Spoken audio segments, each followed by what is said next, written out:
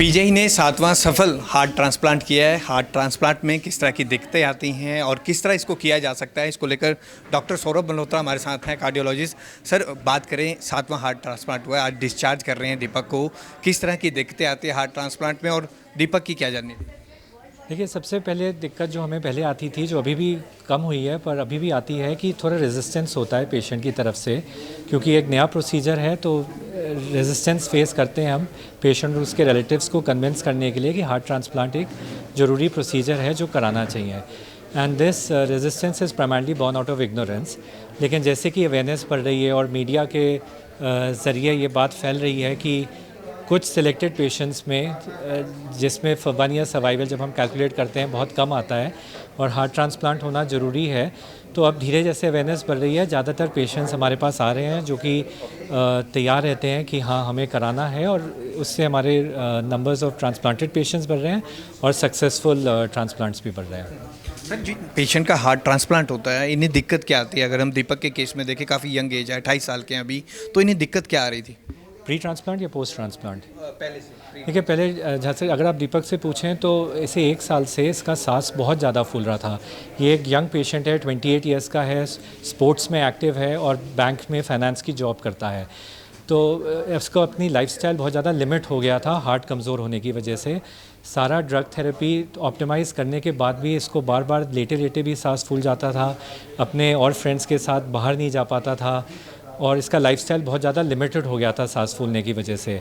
तो जब हमने 6 महीने से 1 साल तक ड्रग ऑप्टिमाइज़ करने के बाद भी इसको रिलीफ नहीं मिला, और 9वें महीने में इसको एक स्ट्रोक का एक ट्रांजिएंट अटैक हुआ जो लकीली रिकवर हो गया, तो हमने फाइनली डिसीजन लिया कि ये पेशेंट ग्रेजुअली डिटेरियोरेटिंग ट्रेंड में है और अगर हमने इसका ट्रांसप्लांट नहीं किया तो we might lose this patient. तो इसलिए पेशेंट की फैमिली को और दीपक को काउंसिल करने के बाद ये पहले से ही कन्विंस थे कि हाँ इनको एक बेटर लाइफस्टाइल चाहिए, और इतने रेगुलर फॉलोअप आने के बाद भी जब पेशेंट को लगा कि इसका लाइफस्टाइल बहुत ज़्यादा लिमिटेड है और इसको बार बार हॉस्पिटल एडमिट होना पड़ रहा है हार्ट फेलियर के लिए, तो ये फैमिली काफ़ी कन्विंस थी। दीपक भी बहुत कन्विंस था कि नहीं, मुझे बेटर लाइफस्टाइल चाहिए और मैं ये ट्रीटमेंट के लिए ऑप्ट करूँगा।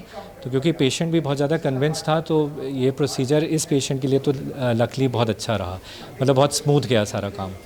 डॉक्टर साहब, अगर बात करें हार्ट ट्रांसप्लांट की, तो इजीली अवेलेबल हो जाता है ऑर्गन, जो इसको लेकर कोई अब जिस तरह से हम कहें कि पहले लोग आगे नहीं आते थे, अब आ रहे हैं लोग आगे और ब्रेन डेड पेशेंट इजीली मिल जाते हैं, हो जाता है। देखिए, ब्रेन डेड पेशेंट्स हमारे ट्रॉमा सेंटर में जो पोस्ट एक्सीडेंट पेशेंट्स हैं वो काफ़ी मात्रा में हैं, लेकिन ये नहीं है कि हम सब पेशेंट्स को ट्रांसप्लांट के लिए दे सकते हैं, ले सकते हैं। फर्स्ट एक ब्लड ग्रुप मैच होना चाहिए, सेकेंडली हमें पेशेंट की एज देखनी होती है, क्योंकि यंग पेशेंट्स का हार्ट जनरली ज़्यादा सूटेबल होता है हार्ट ट्रांसप्लांट के लिए, तो हम जनरली प्रेफर करते हैं कि लेस दैन 40 ईयर्स के पेशेंट्स को लें। फिर जनरली कई बार क्या होता है कि हमें ये भी देखना होता है कि एडिक्शंस ना हो। अगर पेशेंट अल्कोहल एडिक्ट है या कोई ड्रग एडिक्ट है तो जनरली हम वो पेशेंट्स को ट्रांसप्लांट के लिए प्रेफर नहीं करते हैं। सेकेंडली कई बार क्या होता है, क्योंकि ये पेशेंट्स कई दिन से एडमिट होते हैं, तो उनका कई बार हार्ट वीक हो जाता है बिकॉज ऑफ कार्डियक अरेस्ट या अदर रीजंस। तो और ये सब चीज़ें भी हमें असेस करनी पड़ती हैं बिफोर ट्रांसप्लांट, की यंग पेशेंट हो, उनके एडिक्शंस ना हो, कोई कोमॉर्बिडिटीज़, मेजर कोमॉर्बिडिटीज़ ना हो, और उसका हार्ट वेल प्रिजर्व्ड हो। तो लकली दीपक के लिए जो हमें पेशेंट मिला, उसका यंग पेशेंट था with no addictions, heart function बहुत अच्छा था, and that is why he is responded very well. And secondly क्योंकि फैमिली बहुत कन्विंस थी तो टाइमली इंटरवेंशन हो गया। सर, इसमें खर्चे की हम बात करें, हार्ट ट्रांसप्लांट में कितना खर्चा आता है पूरा? देखिए, नॉर्मली तो स्पेस्ड आउट होता है खर्चा over a period of time, तो over a year 2 to 3 lakh खर्चा आता है। पर क्योंकि हमारे पास बहुत ज़्यादा फंडिंग मैकेनिज़म्स हैं, जैसे Ayushman Bharat scheme, poor free schemes, तो गवर्नमेंट एजेंसीज जो फंड करती हैं, तो दीपक का तो by and large almost free of cost ही हुआ है पीजीआई में हार्ट ट्रांसप्लांट। व्यूअर से जो देख रहे हैं हार्ट ट्रांसप्लांट के लिए, ऑर्गन डोनेशन के लिए, उनके लिए कुछ कहना चाहेंगे? पहले तो ऑर्गन डोनेशन के लिए मैं रिलेटिव्स को कन्विंस करूंगा कि अगर कोई फैमिली में हादसा होता है, एक्सीडेंट होता है, और अगर आपको डॉक्टर्स बताते हैं कि रिकवरी पॉसिबल नहीं है और डोनेट अगर आप करना चाहें, तो आपको कन्विंस होना चाहिए डोनेट करने के लिए, बिकॉज ऑर्गन डोनेशन जैसा अच्छा काम और कोई नहीं, पुण्य काम और कोई नहीं हो सकता। क्योंकि एक पेशेंट जो चला जाता है उसके ऑर्गन्स 5 या 6 लोगों को ज़िंदगी देते हैं, आँखें, हार्ट, लिवर एंड किडनीज़।